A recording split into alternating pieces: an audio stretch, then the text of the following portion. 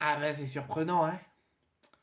Quand on n'y met pas du sien, quand on ne montre aucune envie, aucune intensité, aucun fond de jeu, ou sur de très petites séquences, bah on se le paye cash. Et quand on croit que on fait croire à tout le monde qu'on va prendre ce match avec un grand sérieux, mais qu'on le prend à la légère, en faisant plein d'erreurs et en laissant l'Allemagne avoir le ballon, la possession et avoir le jeu, pareil, on se fait avoir. L'équipe de France n'y est pas du tout. L'équipe de France fait un non-match, sauf sur de petites séquences où ils font de bonnes transitions de jeu, où ils attaquent bien et ils tentent bien les occasions pour marquer des buts, mais ils font face à une grande défense allemande et un grand taulier, Ter Stegen, mais c'est très peu. Très peu pour envisager d'être devant à la mi-temps. Et très peu pour se dire que dans 3 mois, on va jouer l'Euro. Donc l'équipe de France doit se bouger le cul. C'est très rare que je parle comme ça de l'équipe de France. Souvent, ça se passe bien.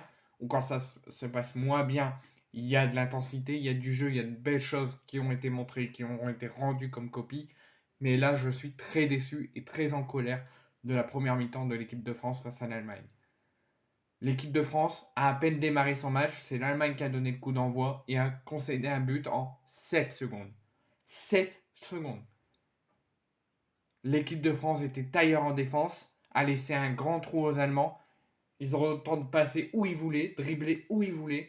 Et en 7-8 secondes, la France a concédé le premier but. Donc but de Florian Wirtz à la première minute, au bout de 7 secondes. Début cauchemardesque et catastrophique de l'équipe de France. Et j'espère que ça ne va pas se reproduire en deuxième mi-temps. Et j'espère qu'ils ne démarreront pas pareil. Et j'espère qu'ils ne feront pas pareil contre le Chili dans quelques jours, au Vélodrome. Donc là, l'heure est grave. S'ils gardent la même dynamique, la même cadence, la même prestation de jeu en deuxième période, ben, faut pas penser à la victoire. On perdra ce match. Donc, composition de Didier Deschamps. 4-3-3. Brice Samba dans les cages. Lui aussi, il m'étonne. Match pas bon du tout. La frappe, certes, il n'a pas été aidé par la défense, ça s'est pas parlé, ça s'est pas écouté.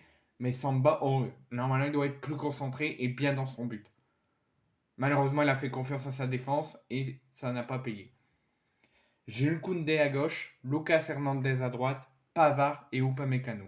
Déjà, Pavard n'est pas un défenseur central. J'en ai pas parlé tout à l'heure, j'aurais dû mieux en parler dans la vidéo de composition officielle tout à l'heure. J'étais peut-être pressé pour la rencontre. Pavard aurait dû être à gauche. Et Koundé en défense centrale avec Upamecano. Ça aurait été mieux renforcé en défense, ça aurait mieux apporté une solitude en défense et peut-être qu'on ne serait pas pris ce but. Zahir Emery, Chouameni et Rabiot au milieu et attaque Dembélé, Marcus Thuram, Kylian Mbappé. Côté allemand, 4-2-3-1, Ter Stegen, Mildenstart à gauche, Kimmich à droite, Ta et Rudiger en défense centrale, Kroos, Andrich au milieu, Wirtz, Kundogan, Musiala en attaque offensif et Avert à la pointe de l'attaque. Donc sur le banc, il y a Areola, Théo Hernandez, Diaby, Fofana, McMaignan, William Saliba, Konaté, Colomwani, Giroud, Gendouzi, Kamavinga et Klose. Au niveau des statistiques, le fait que la France galère, le fait que la France laisse l'Allemagne jouer, tenter des choses et produire des choses, et que eux ils ne produisent rien, ça ne se montre pas, hormis à la possession au niveau des statistiques. 7 tirs à 4 pour les Bleus, pour seulement 2 tirs cadrés pour les Bleus et 2 tirs cadrés pour les Allemands. Il manque juste de la transition, de l'intensité, de l'envie, du jeu à produire, parce que l'équipe de France s'est fait marcher dessus. Et ne s'est montré qu'à des petites séquences, notamment avec Marcus Thuram ou Jules Koundé ou Kylian Mbappé. Mais c'était des toutes petites séquences. L'équipe de France doit faire plus. L'équipe de France doit montrer qu'ils sont fiers de porter ce maillot et qu'ils veulent se préparer au mieux pour dans 3 mois jouer l'Euro en Allemagne. Et prendre sa revanche sur la défaite en septembre à Dortmund. Mais ça, c'est pas le plus important. Donc l'équipe de France, sur cette première période, a fait une prestation très très médiocre. Je ne suis pas satisfait de cette première mi-temps. Il y a eu des petites séquences moyennes, mais quand même là, de Kylian Mbappé, de Jules Koundé, de Chouameni. Il y a des petites séquences où l'équipe de France se montre, mais c'est beaucoup trop peu. Et c'est beaucoup trop peu présent en efficacité pour marquer des buts et battre l'Allemagne à la mi-temps au moins. Donc ce qu'il faut faire, c'est très peu ce que je vous dis. Je débriefe très peu cette première période parce qu'il n'y a rien à dire que l'équipe de France est en difficulté, l'équipe de France laisse l'Allemagne jouer, ne produit rien et ne fait rien. Tout simplement. Je suis très déçu de cette première mi-temps. Je n'ai quasiment rien à dire, sauf ces quelques mots.